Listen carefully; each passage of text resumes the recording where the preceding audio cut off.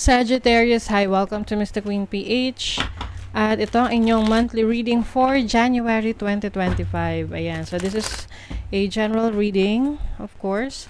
If you are interested in private readings, meron tayong link sa description at sa pinned comment. Paki-check nyo na lang information kung paano mag-book for a private reading. And please subscribe to our channel to show your support. Like, share this video, and comment na rin kayo kung kayo ay naka-resonate. Okay, let's see, Sag. What are the energies coming to you ngayong January 2025? January. South Node, energy from the past. Trine, symbiosis. And Juno. Okay. Partnership.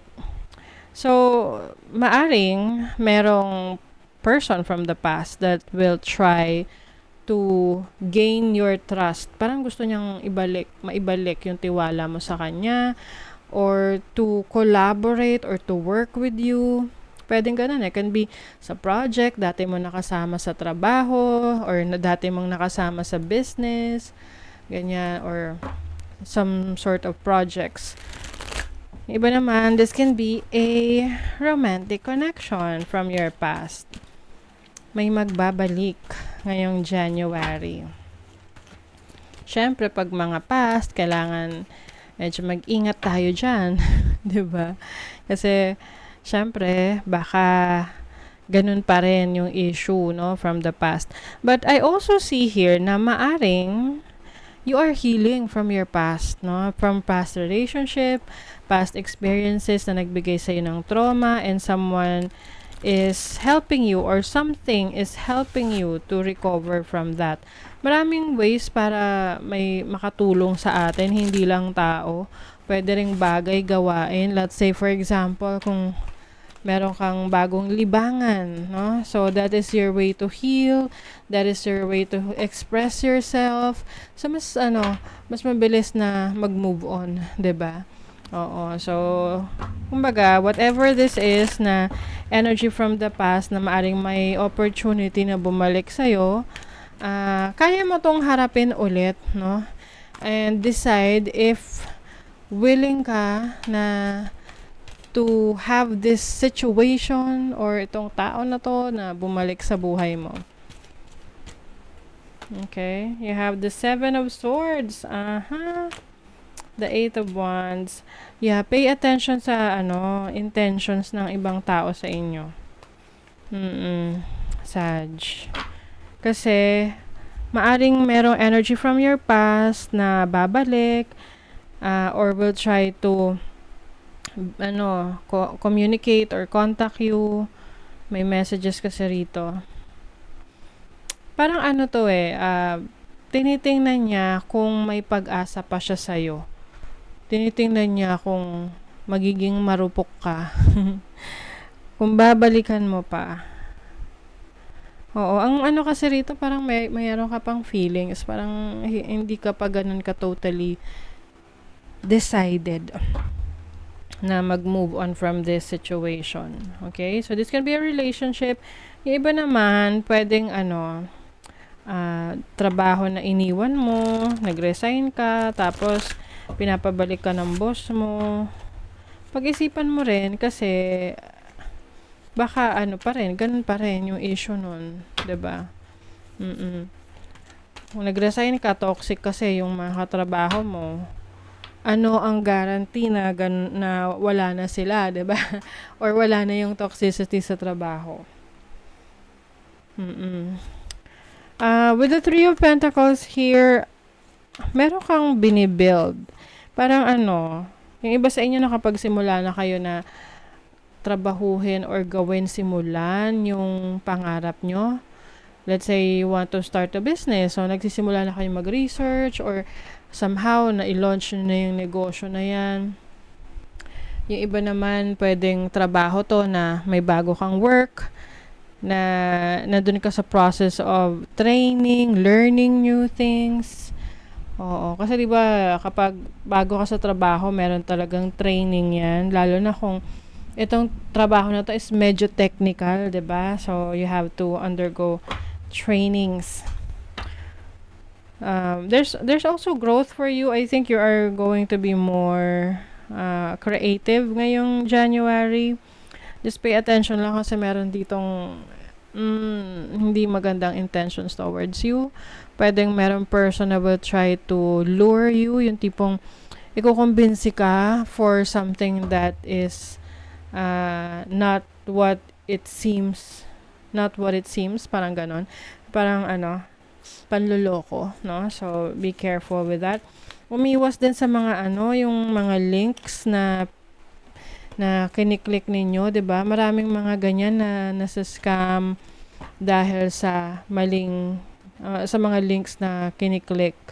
Okay? Kasi I see you receiving messages from people na merong hindi magandang intentions, 'di ba? So, ingat-ingat sa mga emails na nag-aalok ng collaboration, especially if you're a content creator, nag-aalok ng collaboration, pero meron palang ipapa-install sa'yo or something, so pay attention to that kasi yung iba dyan ay scammers, okay? So, be very careful. So, let's see what else. Ano pa for Sag? I also see, yung iba kung kayo single, pwedeng meron ditong magkaka-crush or may crush sa inyo sa trabaho. Ito ay malapit na sa inyo. Yung tipong nakakasalamuhan nyo talaga. Kasi pwede ka magka-crush sa iba na nasa ibang department, nakikita mo lang, pero hindi talaga kayo nagkakaroon ng conversation. But I see here na merong magkakaroon ng crush, romantic interest, na malapit sa'yo sa work. Oh my God. Oh, ito yung sinasabi. Oh, be careful daw. Do not take risks. Be careful. If something is risky, iwasan mo na muna yan. Okay? Happiness. So, there is happiness for you ngayong January. May mga news or activities that will bring you happiness or joy na para masasabi mo, ang saya naman ng January for you. O kaya naman pala may happiness kasi meron ditong increase in material wealth or spiritual spiritual growth. So, increase in material wealth. Pwedeng yung iba sa inyo, may increase sa trabaho. Increase ng sweldo. May promotion. Or meron kayong mabibiling bagong properties or business na masisimulan na magdadagdag ng extra income. Chair. Someone new is entering your life. Oh my God. Sag. Yung iba rito, this can be a romantic connection, May bago. Uy, oh my God. Oh, hard. Love, deep affection, and caring. Yes. So, pwedeng iba, papasok kayo sa isang relationship dahil naramdaman nyo na itong person na to ay very caring, mapagmahal sa inyo, may kilig. This person makes you feel happy.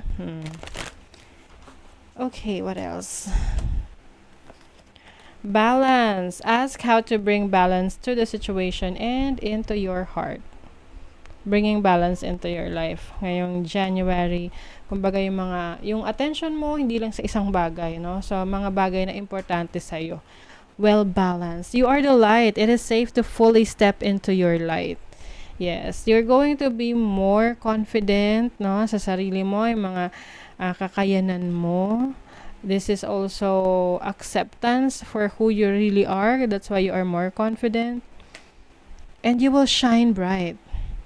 Protection. Consider who you allow to take your energy and who you give it away to freely. Oh, be careful.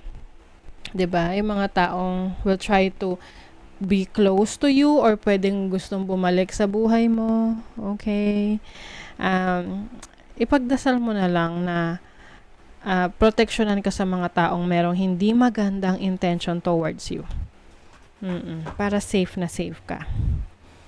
And of course, follow your instinct. If you feel like parang hindi ka komportable sa isang sitwasyon, sa isang desisyon, sa isang tao, mag-pause ka muna. Wag mo munang pagdesisyonan, wag ka munang mag-commit. Okay?